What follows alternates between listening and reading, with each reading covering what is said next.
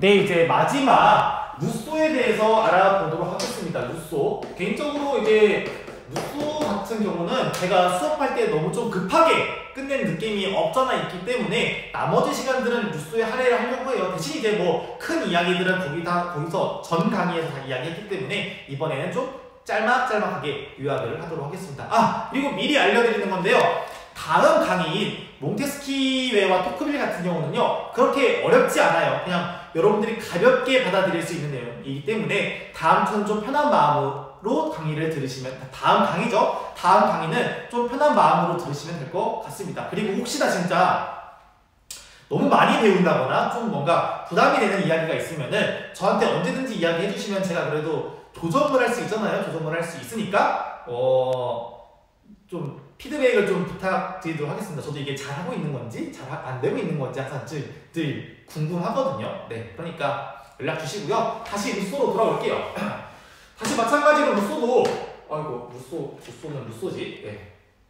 한때 쌍용에서 무쏘라고 해가지고 진짜 잘 나가는 자동차가 있었어요. 지금이야 쌍용이 그 마인드라한테 딱 넘어간 다음에 힘들어하는데 쌍용은 한때 먹여 살릴 수 있던 자동차가 무쏘였어. 무쏘. 이름이 있어 보이죠? 네. 하여튼 네.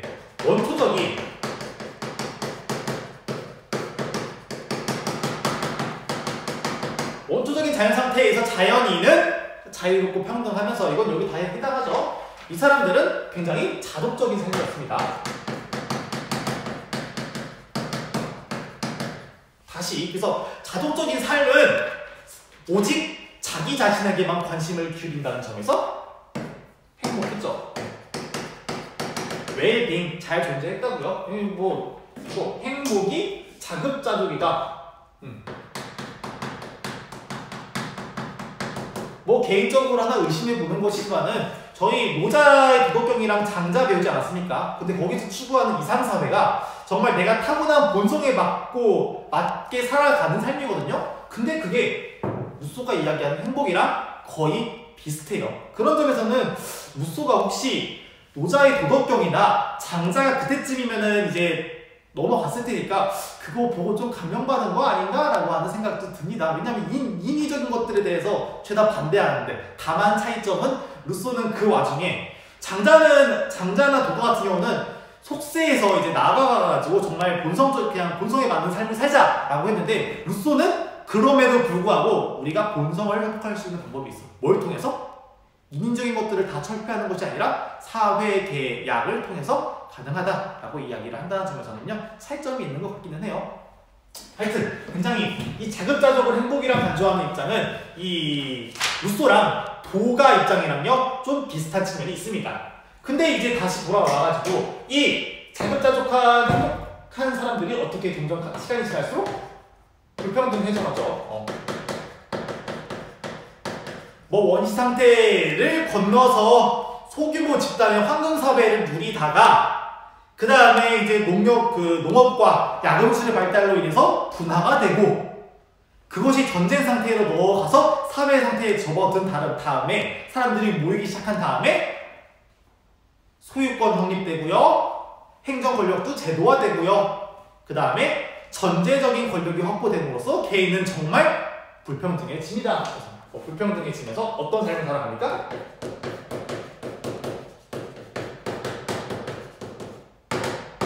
타율로서의 삶을 살아가게 된다고 이야기를 했었습니다. 그러니까 다시 이 자급자족이라는 것은 루소한테 자율의 입장인데, 자율적인 삶인데, 시간이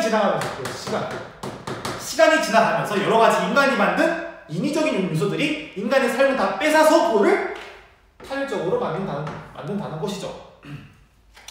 그래서 이 타율적인 만든 것을 다시 사회계약을 통해서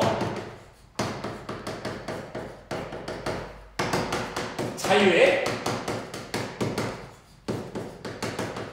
회복을 추구한다. 대신 여기서 얻는 자유는 자연 상태에서의 없는, 고립된 상태에서의 없는 자유가 아니라 사람들과 더불어 살아가면서 내가 나만을 자기 행위의 원인으로 삼는 사회적 자유다라고 이야기를 했고요. 조금 더 넘어가서 이 자유의 회복은 뭘 통해서 가능하다? 물론 사회계약인데, 이 사회계약은 뭘 만듭니까? 일반의지의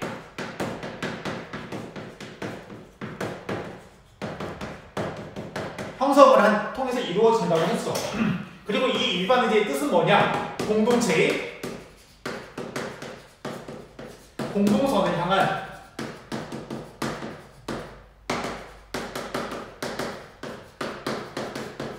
의지라고 이야기를 했고요. 개인의 의지는 뭐 특수한 의지도 있고요. 뭐 일반 의지도 있지만은 오직 일반 의지를 따름으로써만 자유로워진다라고 이야기를 했었습니다. 뭐 여기 사회계약도 마찬가지로 뭐 만장일치로 넘어간다고 이야기를 했었고요.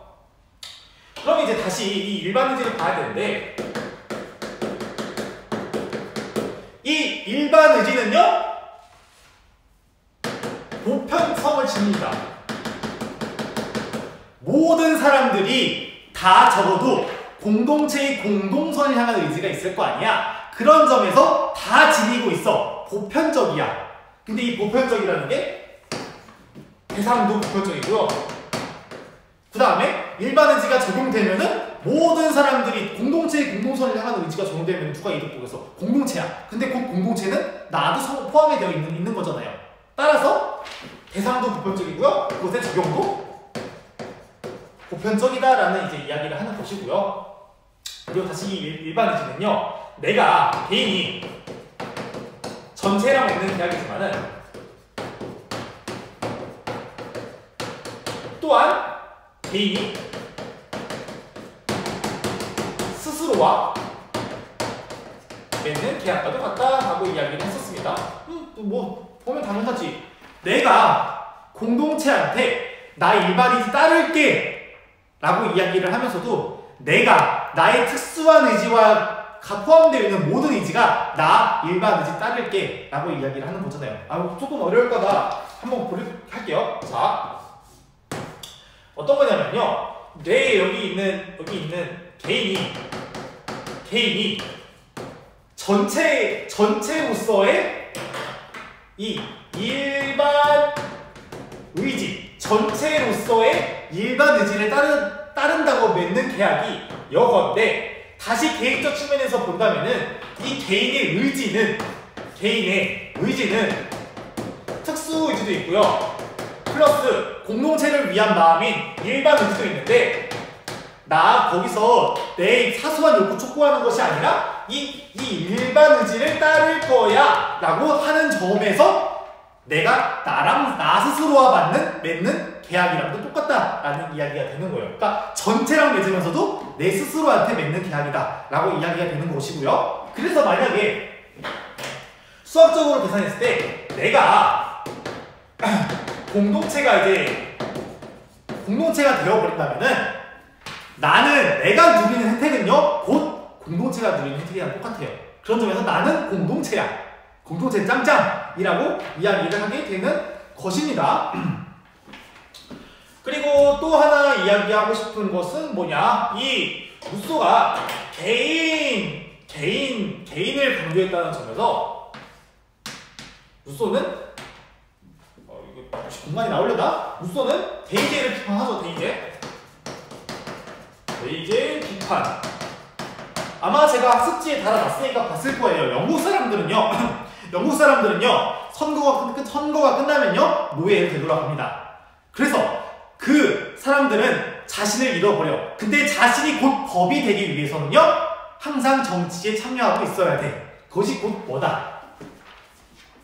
직접 민주정치다. 에 대한 이야기가 포함이 되는 것입니다. 그래서 데이제를 비판하고요, 직접 민주정을 추구를 하고, 그 다음에 제가 짧게 이야기했는데 하나 더 언급을 하자면은 이 루소가 이야기하고 있는 이 사회계약은요 일반 의지, 그러니까 소위 말하면 주권을 권력이라고 보시면 돼요. 권력을 형성하는 계약이지 정보를 형성하는 계약은 아니다라고 이야기를 했었습니다. 루소한테서요 정부는요 일반 의지가 나온 것을 수행하게끔 하는 그냥 기구일 뿐이에요. 그런 점에서 일단은 전체의 의지를 형성하는 게 더 중요한 것이고요. 이 일반 의지는 뭘 통해서 확인 가능하다? 법을 통해서 가능하다. 법을 통해서. 사실 뭐 원래 그 사회계약론을 보면은 막 이제 입법자나 법을 만드는 사람이 따로 있어요. 따로 있어서 뭐 이렇게 이야기를 하는데 너무 조금 복잡해질까봐 넘어갈게요. 그냥 일반 의지를 따름으로써 나는 자유로워진다는데 이 일반 의지가 가지고 있는 것은 곧 법이다. 근데 이 법도 실수는 할 수도 있다. 굉장히 뭔가 좀 인간적인 관점인 거죠. 아마 사람들끼리 만들다 보니까 오류는 언제든지 발생 가능하다라고 한 그 생각을 넣은 것 같습니다. 그래서 다시 돌아와서 이 일반 의지를 만듦으로써 사람들은 다른 사람들을 위해 사는 것이 아니라 오직 자기 자신만을 위해 사는 것이다. 그리고 그것이 곧 자율이고 사회적 자유를 의미한다 라고 보시면 될 것 같습니다. 그래서 이렇게 개인이 삶의 주체이고 나아갈 수 있다라고 한 점이 나중에 시민들한테 우리는 모두 자유롭고 평등하다. 따라서 이 구체제의 모습, 앙시앙 레짐을 벗어나자. 자, 일어나자! 라고 해서 바스티유 감옥 습격해가지고요.